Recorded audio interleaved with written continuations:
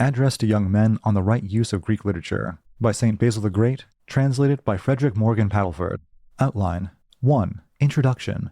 Out of the abundance of his experience, the author will advise young men as to the pagan literature, showing them what to accept and what to reject. 2. To the Christian, the life eternal is the supreme goal, and the guide to this life is the Holy Scriptures. But since young men cannot appreciate the deep thoughts contained therein, they are to study the profane writings, in which truth appears as in a mirror. 3. Profane learning should ornament the mind, as foliage graces the fruit-bearing tree. 4. In studying pagan lore, one must discriminate between the helpful and the injurious, accepting the one, but closing one's ears to the siren song of the other. 5. Since the life to come is to be attained through virtue, chief attention must be paid to those passages in which virtue is praised. Such may be found, for example, in Hesiod, Homer, Solon, Theognis, and Prodicus.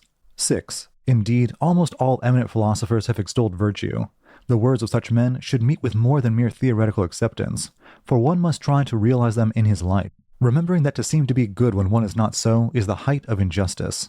7. But in the pagan literature, virtue is lauded in deeds as well as in words. Wherefore, one should study those acts of noble men which coincide with the teachings of the Scriptures. 8.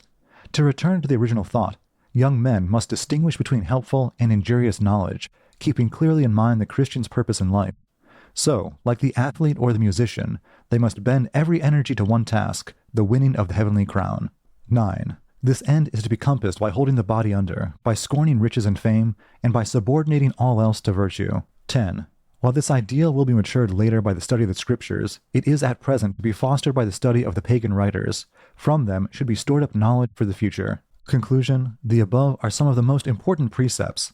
Others, the writer will continue to explain from time to time, trusting that no young man will make the fatal error of disregarding them.